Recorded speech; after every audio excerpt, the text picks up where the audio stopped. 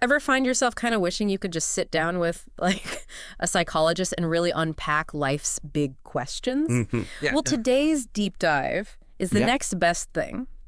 We're diving into this fascinating YouTube video, Jordan Peterson, Fix Yourself Before It's Too Late. Okay. And he's tackling self-improvement, communication, the quest for a meaningful life. Big topics. All in his signature style. Yeah, what's striking about this video is how Peterson takes these huge, almost intimidating concepts and boils them down to surprisingly practical advice. Okay. You ready to get to work on yourself? How is it for a little self-improvement, right? Yeah.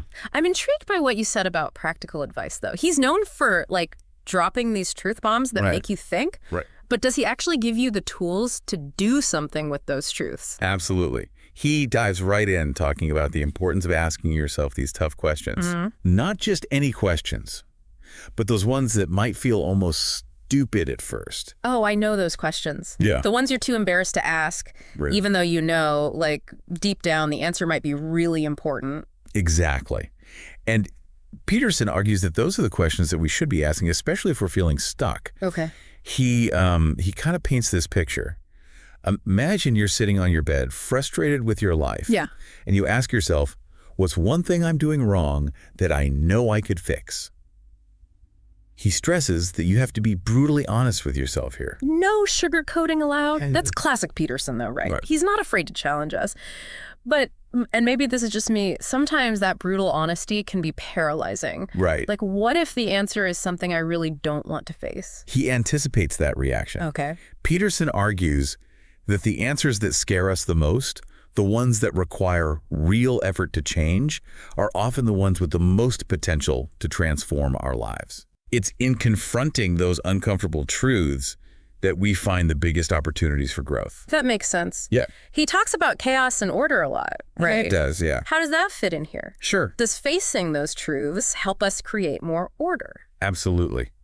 He argues that a chaotic environment can actually fuel anxiety and make us feel overwhelmed. Right. He uses the example of a messy room, which we've all been guilty of at some point. At some point, yeah. He's not saying you need to become a neat freak, Right. but that even small acts of imposing order, like tidying up your space, can have this ripple effect. Okay. It's about building a foundation for greater discipline and self-control that can then spill over into other areas of your life. So it's not really about having perfectly folded socks. Right. It's about the deeper symbolism of taking control, even in small ways. Yes. I can get behind that. Yeah. It's like that first domino that sets everything else in motion.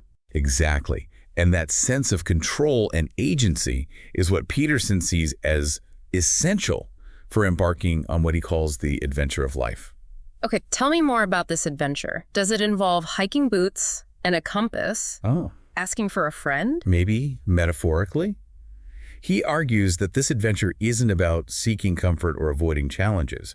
It's about embracing truth, even when it's difficult, and using it as a guide to become the best version of ourselves.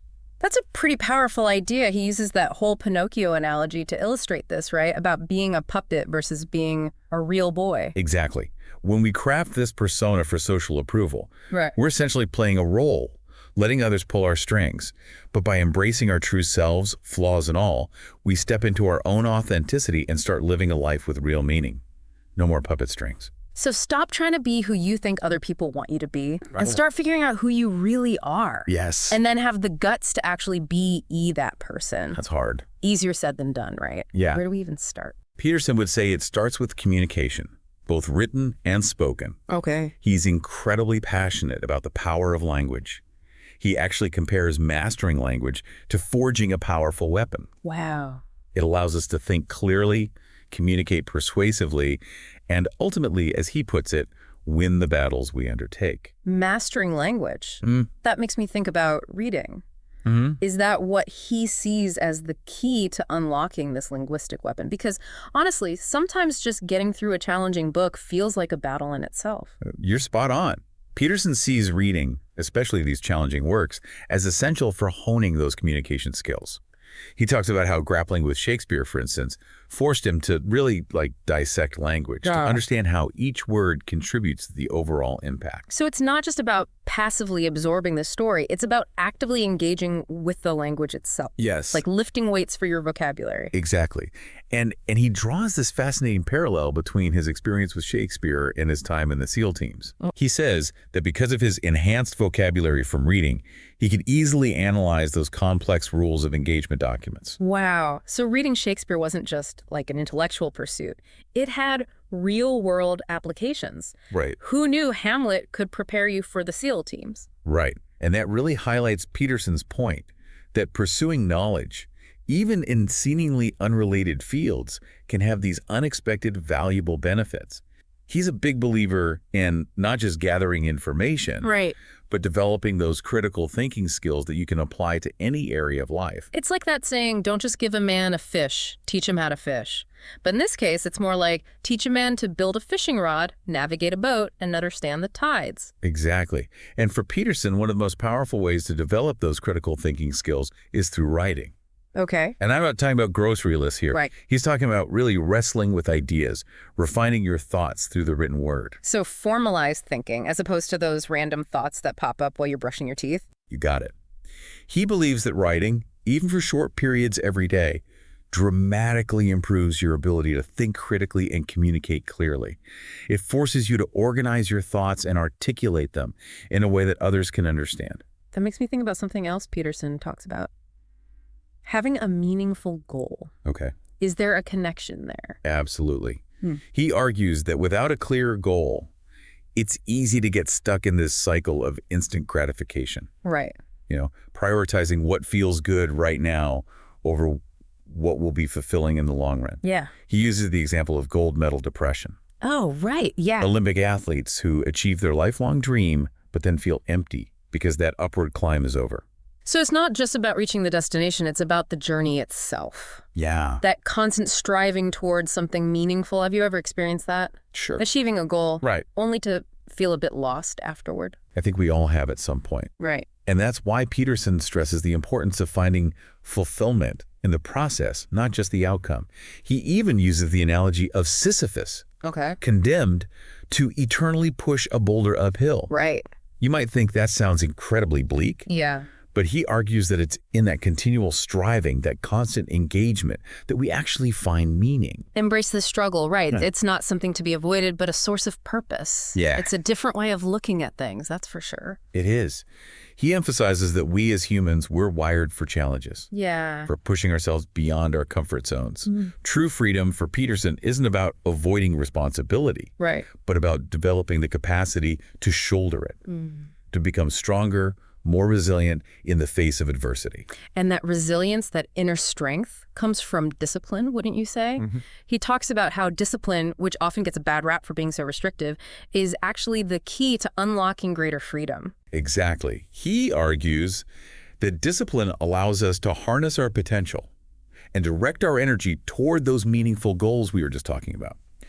He uses the example of a concert pianist who's dedicated thousands of hours to rigorous practice. Right. That level of mastery doesn't just happen. It requires immense discipline. So the more disciplined we are, the more freedom we have to craft the life we want. It's like that saying, discipline is freedom in disguise. I like that. And it ties into another point Peterson makes about time. He's a big advocate for treating time as this precious resource that shouldn't be squandered. He's got that great line, what's your time worth? Let's assume it's $50 an hour, which is probably an underestimate. Right. And when you start thinking about how much time we waste each day, well, it's a little terrifying. It really makes you reevaluate, doesn't it? Yeah. Especially when he points out that the choices we make today, even seemingly small ones, have this ripple effect on our future selves. He's not saying we can't relax or have fun, but that we should be intentional about how we invest our time, making sure it aligns with our values and goals. This is making me think about my to-do list. And maybe hitting the ignore button on a few distractions. Now, this next part I'm curious about, he talks about finding meaning even in the mundane, everyday routines. I have to admit, when I first heard that, I thought, really? Brushing my teeth can be a pathway to enlightenment? It does sound a little out there, right? Yeah. But then again, this is Jordan Peterson we're talking about. Right. He's always got those like unexpected insights. He does. So what's the deeper meaning Yeah. behind brushing your teeth with intention? It's about bringing that same level of awareness and purpose to everything we do. Cultivating this mindset of excellence, even in those seemingly small, insignificant tasks.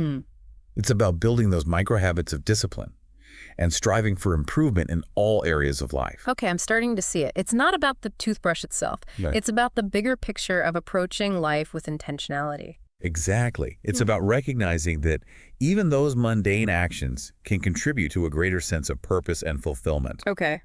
And it circles back to aligning your actions with your values, striving to live authentically. That makes me think about something else Peterson talks about. Relationships. Yeah. Because let's face it, that's where things can get really messy. Right. You can't always plan for what life throws at you, especially when other people are involved. Absolutely. And Peterson acknowledges that. He talks about the importance of being radically honest in our relationships, even when it's tough. Right. It takes courage to speak your truth, especially if you're worried about conflict or rejection. Oh, yeah. But he argues that true intimacy, that real connection, only happens when we're willing to be vulnerable and let our guard down. It's like that Brené Brown quote, vulnerability is not winning or losing. It's having the courage to show up when you can't control the outcome. Exactly. And Peterson echoes that. He says that vulnerability isn't weakness. It's a sign of strength and authenticity. He encourages us to embrace the messiness of relationships, knowing that disagreements are inevitable. And instead of fearing those conflicts, we should see them as opportunities to learn and grow closer. Stop trying to present a perfect facade. Right. And instead, just be real, be honest, and be willing to work through those challenges together. Easier said than done, for sure. Right. But I see how that ties into his whole message of personal responsibility and growth. It all connects. And don't forget about boundaries. Peterson talks about the importance of setting healthy boundaries in our relationships, learning to say no when necessary. Which can be so hard, right? We can. Especially if you're like a people pleaser like me. I hear you. But Peterson emphasizes that setting boundaries isn't selfish. It's about protecting your well-being and making sure your relationships are mutually respectful and supportive. So it's not just about saying yes to make other people happy. Right. It's about saying yes to yourself, Yes. to what you need to thrive. Yeah. It's about recognizing that you can't pour from an empty cup. Exactly. When we don't set those boundaries, we risk resentment, burnout, and ultimately we damage the very relationships we're trying to protect. It goes back to Peterson's point about personal responsibility. To truly love and care for others, we have to first love and care for ourselves. It's like he's challenging us to step into the driver's seat of our own lives, wouldn't you say? Absolutely. He challenges us to ask ourselves, what does a truly meaningful life look like? And then to have the courage to pursue that vision, even amidst uncertainty. He reminds us that life is short and precious, and we have a responsibility to make the most of it. It's a powerful message, and one that feels like particularly relevant today. As we wrap up this deep dive, here's something I'm left pondering, and I encourage you to do the same. If Jordan Peterson were to analyze your life right now, what stupid question do you think he'd encourage you to ask yourself? And what adventure might unfold if you were brave enough to seek out the answer?